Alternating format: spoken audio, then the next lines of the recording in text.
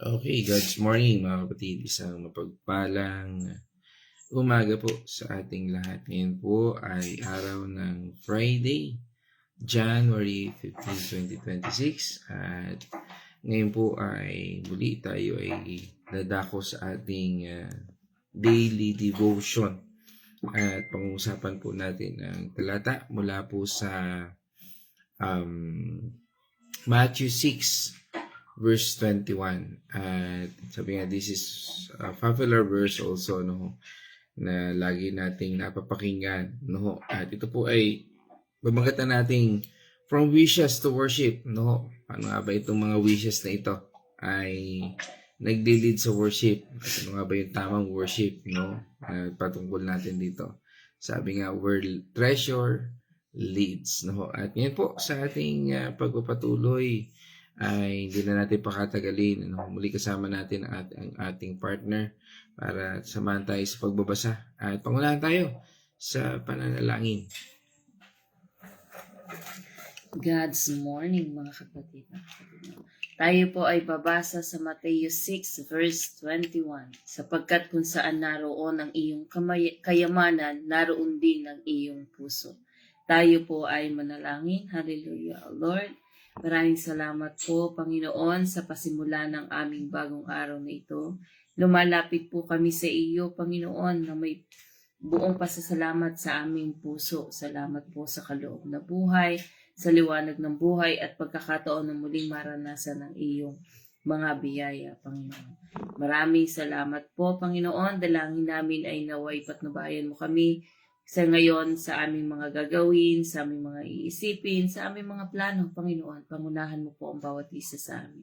Bigyan mo po kami ng karunungan upang makagawa ng mabubuting pasya, Panginoon. Lakas ng loob upang harapin ang anumang pagsubok na aming kakaharapin at pagmamahal upang maglingkod sa aming kapwa. Samahan nawa kami ng iyong banal na Espiritu upang pangunahan para sa aming pag-aaral ng iyong banal na salita, Panginoon, at upang saliksikin namin ang iyong mga salita at aming mabaon sa aming pang-araw-araw na pamumuhay. Maraming salamat, Panginoon, at ang lahat po ng ito ay aming ipinupuri at pinapasalamatan ka, Panginoon, sa walang hanggang biyaya at awa at pag-ibig na ipinagkakaloob mo sa bawat isa. Ang lahat po ng ito ay aming ipinapanalangin sa pangalan ng iyong anak na si Jesus. Amen. Amen. Pagpili natin po ng Diyos at isang mapagpalang umaga sa ating lahat, no? Sa nakikita ko rito sa screen, andito si Naigori, Pastor Rafe, si Sister Babes, no? At makakasama rin ho natin, ayan, si Naigori at si Sister Babes doon sa Bible study natin kagabi. Pinag-aralan ho namin yung Tori ni Babel, Tori ni Babel, ano ho. At related kasi dito sa ating topic ngayon, sa ating pag-uusapan, ano ho, at tungkol dito sa from wishes to worship, where treasure leads, ano ho. At kung paano nga ba ang good and evil ay pwedeng pumasok sa buhay natin kung tayo ay napapalayo sa ating Panginoon. Dahil ang mundong ito po, ngayon ay parang sabi nga dito, lahat tayo ay, sabi nga, ay hinihila ng tinatawag nating hustle culture. Ano po yun? Yung mindset po ba na hustle hard, flex hard, grind non-stop. Yan po yun, di ba? Yan ang ating nakikita. Kaya nga po, ang daming pressure, no? Para sabi nga ay maging successful, magkaroon ng more followers, magka-brand new car, o mag-post ng mga sinasabi nating aesthetic life sa social media. Pero habang busy po tayo sa paghahabol sa mga ito, ay madalas po natin nakalilimutan yung ating binasang talata na ito, no ho, na isang katanungan mula sa ating Panginoong Hesus. Saan ba talaga nakasalalay ang puso mo o natin? No? At dito po sa Matthew 6 verse 21 ay bahagi po ito ng Sermon on the Mount, no, na kung saan ay binigyan din po ng ating Panginoong Hesus ang puso ng tunay na pagsamba. Hindi sa material na bagay, kundi sa kaharian ng ating Panginoon Diyos.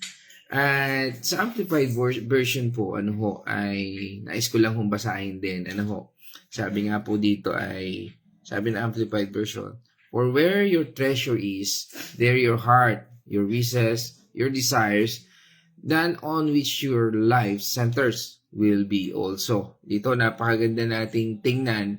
Dito po sa amplified version, mapasin po natin, ay nagkaroon ng dagdag na clarity. Ano ho, ang heart, sabi niya doon, heart, ang puso. Ay, sabi nga, ang puso dito ay hindi lang emosyon, kundi ang sinasabi nga po dito is a core desire at life's purposes natin, no, o yung purpose natin. Doon nakatingin, ano, kasi sa panahon po ngayon, ano ho, obsessed ang mundo o ang mga tao sa mundo sa self-gratification. Ang mensahe na ito na ating Panginoong Hesus ay mas relevant kailanman. Ano ho? Sabi nga, your treasure reveals your true worship. No? Kung saan talaga nandun yung puso mo, nandun yung kayamanan mo, yun lang talaga nagiging pagsamba mo.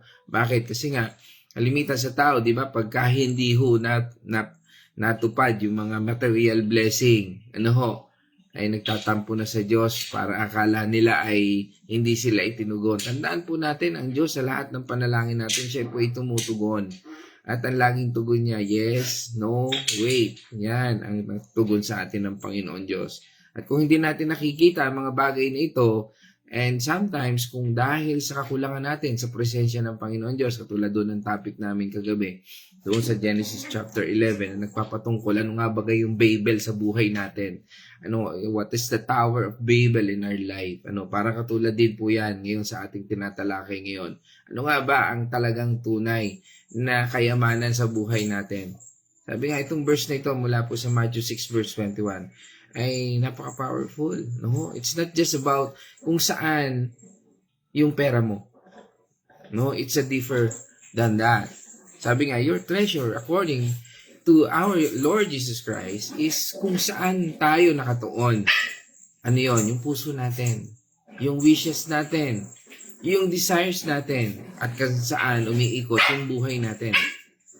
It's not just about money. It's about your priorities. Kaya nga po itong ating title ngayon, di ba? From wishes to worship, where your treasure leads.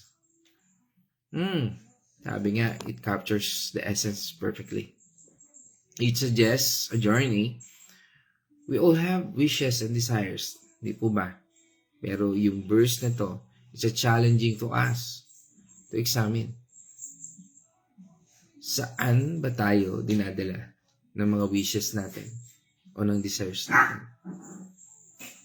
Are our desires leading us to closer to God or further away? No? O naglalayo sa Kanya? Dahil maraming tao na nakapokus lamang doon sa mga material things.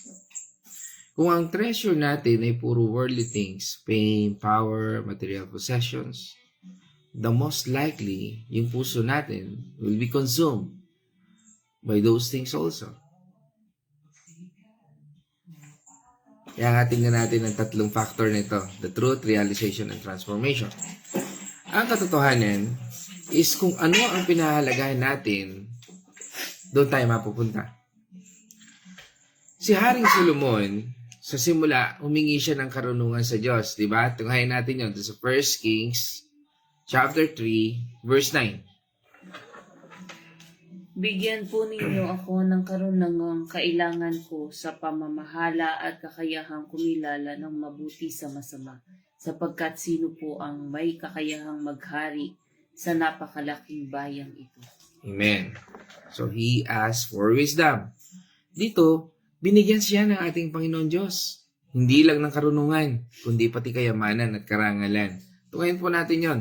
1 King chapter 3, verse 13. Ibinibigay ko rin sa iyo ang mga bagay na hindi mo hiningi, kayamanan at karangalan, hindi mapapantayan ng sino mang hari sa buong buhay mo. Amen. Kita nyo? Pag ang bagay naka-align sa tamang hiling, kahit yung hindi mo hiniling, bibigay sa'yo ng Diyos.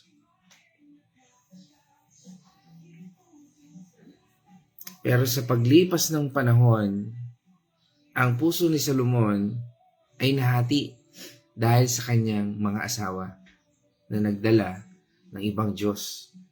Diba? 1 Kings chapter 11 verse 4. Nang matanda na si Solomon, hinikayat siya ng mga ito na sumamba sa kanilang mga Diyos-Diyosan. Hindi siya nanatiling tapat kay Yahweh. Hindi niya sinundan ang halimbawa ni David na kanyang ama. Amen. Kita natin, the long run, bumitaw siya.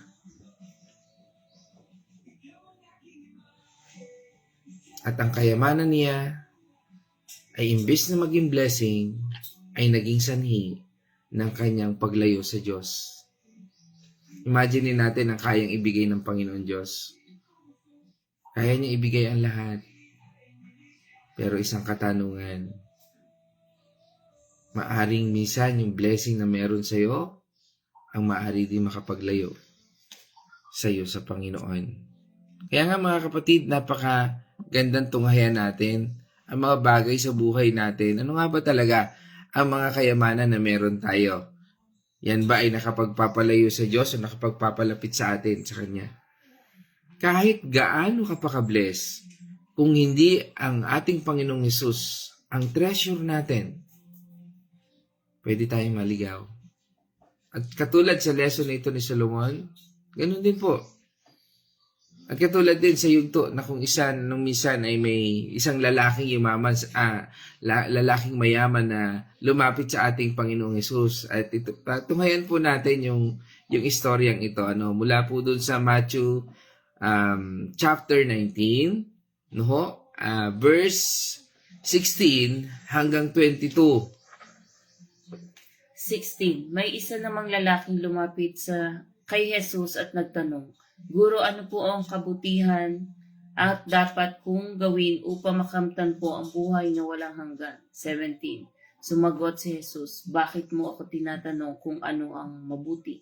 Iisa lang ang mabuti, ngunit kung nais mo magkamit ng buhay na walang hanggan, sundin mo ang mga kautusan ng Diyos. 18. Alin sa mga iyon? Tanong niya. Sumagot si Jesus, huwag kang papatay, huwag kang mangangalunya, huwag kang magnanakaw, huwag kang sasaksi ng walang katotohanan. 19. Igalang mo ang iyong ama't ina at ibigin mo ang iyong kapwa gaya ng pag-ibig mo sa iyong sarili. 20. Sinabi ng binata, tinutupad ko po ang lahat ng iyan kung ano po ang dapat kong gawin. Sumagot si Jesus, kung ibig mo maging ganap na ipagbili mo ang lahat ng iyong ari-arian at ipamahagi sa mga mahihirap ang pinagbilhan, at magkakaroon kayo ng kayamanan sa langit pagkatapos bumalik ka at sumunod ka sa akin. 22. Pagkarinig nito, nalungkot na umalis ang binata sapagkat siya'y napakayaman. Amen. Kita natin yan, sabi nga sa paglapit ng isang lalaking mayaman, sa ating Panginoong Hesus ay nagtanong kung paano magkakaroon ng buhay na walang hanggan. Kaya sinabi ng ating Panginoong Hesus, sundin niya mga utos. At doon sa pagsagot, sinunod naman niya. At very proud pa nga siya. Sinabi niya, nasusunod ko po yan. Pero nung sinabi na ng ating Panginoong Hesus doon sa verse 21, di ba? Kung ibig mong maging ganap, di ba? Sabi niya doon, humayo ka. Ipagbili mo ang iyong ari-arian at ibigay mo sa mga dukha. At magkakaroon ka ng kayamanan sa langit at sumunod ka sa akin. Alam niyo dito marami ang naliligaw minsan minsan literal na sinasabi sabihin na natin ng mga kulto, ibenta mo. Hindi po ganoon na ibig sabihin ng Panginoon at ibigay mo sa akin, ibigay mo sa Diyos. Hindi naman siya ang Diyos. O ibigay sa iglesia. Tandaan po natin, the monetary, ang pera, hanggat hindi ho yan nagiging livestock, o yung sabihin natin, nagiging purpose ng Diyos, hindi po yan tithes. Dahil ang totoong tithes ay magiging livestock. Nakakaroon niya ng purpose. At ito rin yung ating sinasabi ng Panginoon. Kasi nga, marami po ang under the possession of material things ang hindi nila kayang bitawan o o sabihin na natin ay ipagkatiwala sa Panginoon. Hindi ibig sabihin laspagin natin, gastusin natin, kundi gamitin natin according to His purpose. Kaya nga umuwi yung lalaki na malungkot dahil mas mahalaga sa kanya ang kanyang kayamanan kaysa sundan ang ating Panginoong Hesus. Kung ang kayamanan mo ay mas mahalaga kaysa sa ating Panginoong Hesus, hindi ka makakasunod sa Kanya ng buong puso.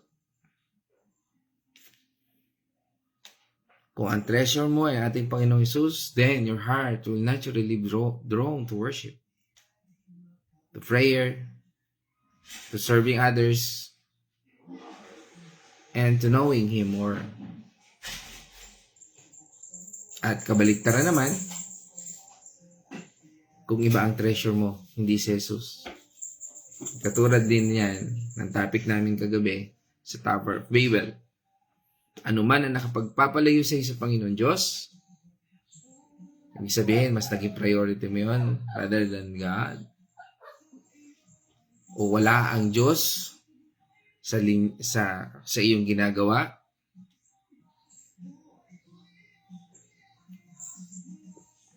there is your treasure. Kaya nga, the realization comes when we honestly assess our lives. Tingnan natin yung yung ating mga habit. No? Paano ba natin ito in-spend? Yung oras natin, paano ba natin ginagamit? Yung energy natin. Pagka ba tayo nagtatrabaho, pagka ba tayo pumupunta sa ating negosyo, kasama ba natin ang Diyos? Naandun ba si Kristo? O ang habit natin, time natin, energy natin, saan ba napupunta? Are we investing in things that matter eternally? Or just temporary pleasures? Do we spend more time scrolling through the social media or reading the Bible? O hindi man social media, TV, television, ano man distraction na wala doon ng Diyos. Na hindi mo nakikita ang Diyos. Na hindi mo naririnig ang tinig ng Diyos. Kaya nga mga kapatid, it's a wake-up call to see where your heart truly lies. Saan ba nananahan ang iyong puso? The transformation happens when we make a conscious decision to realign our treasure with God. Sabi nga, it's a process. It might mean giving up certain habits. No, minsan masakit. Parang nakaugawian na natin na mga changing your priorities and intentionally seeking God in all that we do. Parang ang hirap, no? Minsan, instead of letting our wishes dictate our lives, no? We allow worship. A life focused on God. Na siyang maging driving force natin. Kaya nga, this transformation is not just external, no? It changes our hearts from the inside and out. It's about shining from self-centered life to a God-centered life. From merely wishing to truly worshiping. Kaya nga yung mga wish natin, no? Minsan, akala natin, hindi tayo pinakikinggan, hindi tayo tinutugon ng Diyos, nagkakamali tayo. Dahil ang Diyos lagi siyang tumutugon. Ang nababago yung puso natin. Inilalayo natin yung puso natin at purpose natin sa Kanya, sa ating Panginoon Diyos. Kaya kailangan nating magising. This verse is a wake-up call to all of us. Kasi ang totoo, kapag ang treasure natin ay hindi nakasentro sa ating Panginoong Jesucristo, empty ang kalalabasan po niyan. Parang pag-iipon ng damit sa online, di ba? Yung shopping cart, di ba may cart doon? Ang saya sa una, di ba? Pero pagkatapos, wala namang lasting joy. Ganon din po ang spiritual life. Kung ang treasure mo ay ang ating Panginoong Hesus, ang puso natin, ang identity natin, ang purpose natin, even kahit kaligayahan natin, ay mananatiling unshakable kahit anong mangyari. Kung nandyan si Jesus. Kaya huwag nating iaalis ang ating Panginoong Hesus. He is Yeshua HaMashiach in our life. He is the Christ, the Lord Jesus Christ, the Anointed One in our life. Kaya nga today, isang hamon po sa buhay natin. No, hinahamon po tayo ng salita ng ating Panginoon Diyos. Saan ba tayo talaga nakatingin? Saan na pupunta ang oras natin, pera natin, at energy natin? Kung ang sagot natin ay hindi sa ating Panginoong Hesus, it's time for a heart check. Hindi pa huli ang lahat para magbalik loob tayo at magbago ng mga priorities. At ituon ang ating puso sa tunay na treasure. Sino po yon? Ang Diyos na nag-iisang makapagbibigay ng eternal na kasiyahan. Dahil kung nandiyan ang Panginoon Diyos, lahat ng bagay will be added unto you. Di ba? Matthew 6 verse 33. Seek ye first the kingdom of God and all His righteousness, and all these things shall be added unto you. Dahil siya ang tunay na kaligayahan, dahil siya ang tunay na provider, dahil siya ang tunay ng lahat sa atin. Ang tanong, saan ka ba talaga papunta? From wishes to worship, ready ka na bang sundan ng ating Panginoong Hesus? Kahit ibig sabihin ito ay isurrender ang mga temporary o mga treasure ng mundong ito. Kaya ba nating isuko yan sa Panginoon? Kaya ba nating mabago ang buhay natin? Hindi sinabi ng ating Panginoong Hesus na huwag tayong maghabol ng treasure. Ang sabi niya, piliin mo kung anong uri ng treasure meron ka. Kaya nga mga kapatid, sa aking pagtatapos, dito po sa ating talata sa Matthew 6, verse 21. No, it's a reminder to all of us. Sabi nga that our treasure dictates the direction of our hearts. Sabi nga na ating title, From Wishes to Worship, where treasure leads. It's a call to examine our priorities. Tingnan po natin. Realize where our hearts truly lie.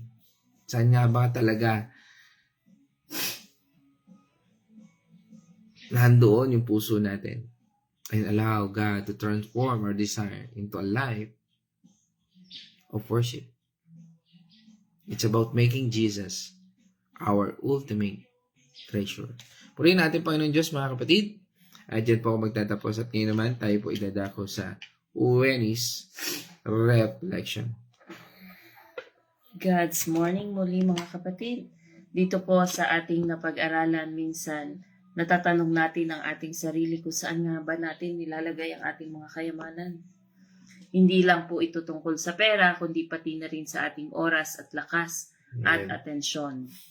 Saan ba tayo nag-i-invest sa ating buhay? Maraming tukso sa mundong ito na humihila sa ating palayo sa Diyos. Minsan, mas inuuna pa natin ang ating mga trabaho kaysa sa ating pamilya at ating mga pananampalataya.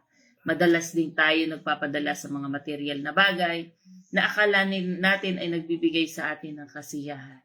Pero sa tuwing binabasa po natin itong ating pinag-aaralan dito sa Mateo 6 verse 21, napapaalalahanan po tayo na ang tunay na kayamanan ay hindi matatagpuan sa mga panandalian. Ang tunay na kayamanan ay ang ating relasyon sa Diyos, sa ating pamilya at sa ating kapwa. Kaya naman sinisikap nating ituon ang ating puso sa mga bagay na ito. Naglalaan tayo ng oras para sa pananalangin, pagbabasa ng Biblia. Subukan po natin na maging mas mabuting asawa, anak, kapatid at kaibigan. Tutulong po tayo sa mga nangangailangan sa abot ng ating makakaya. Hindi madali ang magbago sa mga nakasanayan, pero naniniwala po tayo na sa tulong ng ating Panginoong Hesus at ating Diyos ay kaya nating ituon ang ating puso sa mga bagay na tunay na mahalaga. Sa paggawa nito, hindi lamang tayo magiging mas malapit sa Kanya, kundi magkakaroon din tayo ng tunay na kapayapaan at kasiyahan. Sapagkat kung ang puso po natin ay nakatuon sa pangmaterial na bagay, panandalian lang po yung kasiyahan na ating matatanggap. Pero kung ito po ay nakatuon sa ating Panginoon at sa makalangit na gawain, ito po ay pangmatagalan. Doon po natin mararanasan ang tunay na joy na kahit tayo ay wala nang natira, pero meron tayong kapayapaan at kasiyahan sa buhay. Na meron tayong nararamdaman na kasiyahan at nakatulong tayo sa kapwa. So, yun lamang po. Maraming salamat and God bless po sa inyong lahat.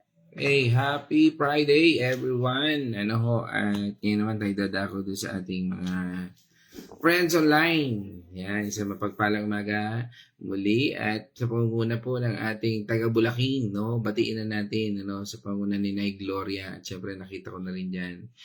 Si Kuya Chris at si Nay Marta, pagbati natin from Bulacan Chaong, at yan, pagbati natin sa buong Benaluz, Malasmas, Artilyaga, syempre, and silang family yan, kila Nay Gori, Nay Marta, at Tatay Chris, Kuya Chris yan. At kasama rin natin ang ating mabait na pastora. Yan, si Pastora Fe. Yan, kasama po natin dito sa Purposeful Life Ministry. Yan, kasama po natin at pagbati natin sa buong Andal at Tilyaga family. Sarap ng fellowship namin dyan nila Ate Joy nung nakaraan sa bahay nila Pastora Fe. At purihin ng Diyos sa buhay ninyo at sa pagbati na natin sa Andal at Tilyaga family. Yan, sa inyo, siyempre sa inyong mga anak, yan kay Malu, kay Michelle and Abby, at sa inyong mga manugang, yan, kay Mark, at sa inyong mga apo, yan, kay Sak, Suri, Zoe, Chloe, yan, sa Seth, yan. At kasama rin po natin ito sa Bible study kagabi na nabanggit ko na rin kanina, ang Riasanes family, tama po ba ako?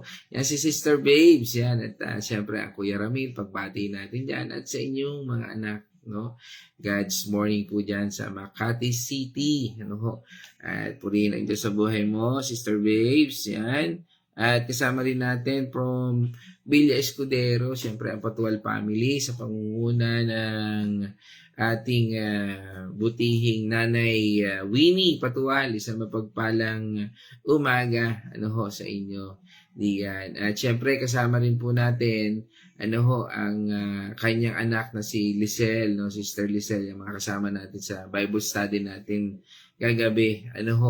At yan, isang pagbati sa inyo, Nanay Winnie at Ate Lisel, sa inyong buong pamilya dyan, mga anak, at mga apo, at syempre pagbati na rin natin kay Kuya Hector sa husband po ni Ate Lisel, dalangin. At syempre kasama natin si Brother Adi Aranguren, from yan, kasama po natin from Foursquare Church, isang mapagpalang umaga po sa inyo, Sir Adi Aranguren, Brother Adi, siyempre regard na rin kay Sheriff, at sa inyong mami, praying for healing, and recovery, at dyan, siyempre kay Nathan, sa aking classmate, at sa buong family, at sa inyo, Adi,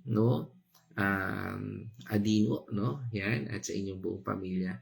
Ingat-ingat at God bless sa ating lahat, at yan, sa ating lahat dyan. At syempre kasama rin natin ang aming kumare, aming kumaring Carmeline, yan, at pagbati natin sa buong Azucena, Tanyo, yan, at syempre sa aking matalik na kaibigan din, kay Brother Arthur Tanyo, at sa buong pamilya, yan, kay sa inyong mga anak, yan, kay Pau, syempre, at kay Jolene, yan, at sa mag-asawa, sa aming inaanak na si Tyrone and Janessa, yan, isang mapagpalang umaga dyan sa Concepcion, bagamat, sabi nga ay medyo dumadana sila ngayon ng pag-comfort, no, ng ating Panginoon dahil sa pagkawala ng mahal nila sa buhay. No, condolence nga pala dyan kila Ate Lolet, no, sa um, Kulya family, no, isang from our hearts, no, dito sa atin sa Purpose Filled Life Ministry ay kami po ay nakikiramay po sa inyong pagdadalamhati. Yan. At pagbati rin natin mula sa Israel, no, kasama natin si Sister Maria Fe. Siyempre, pagbati rin natin sa kanyang husband sa sa ating kasama rin sa church, no, sa ating kasama natin sa worship team ng Purpose Filled Life Ministry, no, kasama natin kasama ni Brother Ian, no, yan si Sister Maria Fe, at pagbati natin sa buong Alejandrino at Tilyaga family, at siyempre sa inyong mga dalawang magandang anak, no. Ayan, siyempre mana sa nanay at tatay. Yan. At yan, isang mapagpalang umaga po. Yan. At kasama rin po natin, siyempre, ang ating kapatid, no? Kasama rin natin sa Bible study, ang Nunoso family. Yan, si Ate Nela Nunoso. Pagbati natin sa buong pamilya, kay Kuya Tony, at sa inyong mga anak, at sa inyong mga manugang, at sa inyong mga apo. Yan, isang mapagpalang umaga po sa inyo. At syempre, pagbati rin natin sa Arosena family ngayong umagang ito mula po sa bayan ng Liliw. Isang mapagpalang umaga po sa inyo na Edna Arosena, sa inyong mga anak at sa inyong mga manugang at sa inyong mga apo. Isang mapagpalang umaga po. At syempre sa aking pinsan na nag-birthday kahapon. Isang happy birthday at pagbati dyan sa Cotabato City, no, sa aking pinsan si Ate Judy Chua Brigule. At syempre regards dyan kila Kuya Tata at syempre sa inyong mga anak at sa iyong mga apo. Diyan, ano, at sa ating mga kamag-anak natin dyan sa Cotabato City. At tungo naman tayo sa Bacolod City. Ano, kasama po natin ang aking Kuya George Pios. Yan, no. Isang mapagpalang umaga po, Kuya, at sa inyong buong pamilya, sa Pios family dyan sa Bacolod City. Yan. At tungo naman po tayo sa Pila, Laguna. Kasama po natin, no, si Sister Barbie Tatel ng Tulirik Church, no. Isang prayer regards natin diyan kay Pastor Ed Sorona, no, na siyang head pastor diyan sa Tulirik, no. Malapit na anniversary, February, ano ho. Isang mapagpalang umaga po sa inyo diyan sa Tulirik Church, no, sa pangunguna ni Pastor Ed Sorona at iba pang mga kapastoran diyan nila Sister Barbie Tatel. Siyempre nandiyan din si Bench Tatel, no. Isang mapagpalang umaga po sa ating lahat. And that's all, mga kapatid. At binapati ko rin ng happy birthday ang anak ni Romel at saka ni Marlene dyan sa Italy, no? Si Margox, no? Castillo. Isang happy birthday din sa iyo. At sabi nga ay nawa ay patuloy kang lumaki, no? Na may takot sa ating Panginoon Diyos, no? At naglilingkod sa Kanya. Yan. At hindi sa kabutihan at pagpapala ng Panginoon Diyos, no? At yan, mga kapatid, tayo po ay magtatapos at nawa ay aking nabanggit lahat. Ano ho? Ayan. At yan, tayo po ay magtatapos at tayo po ay manalangin. O manalangin Diyos na makapangyarihan, banal na Espiritu at aming Panginoon at tagapagligtas. Kami po ay nagpapasalamat sa iyong kabutihan, sa iyong pagpapala. Tunay, Panginoon, na pinaalalahanan mo po kami upang tingnan, suriin namin, Panginoon, kung nasaan ba talaga ang mga puso namin. Saan nga po ba kami tumutuon sa aming buhay at kung paano po kami, Panginoon, nakikiayon sa mundong ito. Sa iyong pagtuturo, Panginoon, pagsusuri sa aming mga puso at isipan kung saan nga ba nakatuon ang aming puso. Kami po ay nagpapasalamat dahil napaalalahanan mo po kami na patuloy naming ituon ang aming isipan, ang aming puso, ang aming buhay sa iyong presensya. Kaya salamat, Panginoon, dahil ang tunay na kayamanan ay ang pagkakilala at ang pagsunod sa iyong mga utos. Panginoon, tunay na nagpapasalamat kami dahil sa iyong kabutihan ay itinutuwid mo yung aming landas at binibigyan kami ng tamang pamumuhay. Salamat, Panginoon, dahil ikaw yung Diyos na nagbibigay ng direksyon sa aming buhay. At patuloy namin idinadalangin ng may pasasalamat at pagpupuri ang lahat ng ito na aming napakinggan, natutunan, at sa bawat isa na narito ngayon, kami po ay inyong napagpala. Salamat po sa iyong mayamang salita at sa iyong biyaya. At kami po, Panginoon, ay nagpapasalamat sa bawat isa na nakisama ngayong umagang ito, O Lord, at sa mga tao, Panginoon, na makikinig pa sa replay, O Lord. Patuloy, Panginoon, na ang bawat isa ay patuloy mong pinagpapala ng naayon sa iyong salita. Kaya, Panginoon, ito po'y aming tinatanggap ayon sa iyong kalooban. Turuan mo kami na baguhin ang aming puso, ang aming pananaw, at ganun din ang aming buhay. Bigyan mo kami, Panginoon, ng pagtayo sa katotohanan at realization ng buhay namin na kung kami ay malayo sa iyo, Panginoon, wala kaming magagawa. Kaya, Panginoon, sa iyo po ang lahat ng papuri at pasasalamat at sa lahat ng ito, dalangin po namin, Panginoon, ang patuloy na pasasalamat sa kagalingan, probisyon, pag-iingat, Lord, pag-comfort, at patuloy na probisyon sa aming buhay. Maraming salamat sa lahat ng ito sa iyong mayamang biyaya at awa, Lord, sa aming buhay. Again, O Lord, we thank you, our Father, our Lord Jesus Christ, at sa pamamagitan ng Banal na Espiritu na siyang aming naging guro at tagapagturo, Panginoon, at nangusap sa puso ng bawat isa sa amin. Lord, ikaw po ang aming pinupuri, pinasasalamatan at sinasamba. And this I pray in the name of our Lord Jesus Christ. Amen and amen. Mga kapatid, let us shout the shout of victory. Christ is died. Christ is risen. Christ will come again, and together we are for Christ again. God's morning, everyone.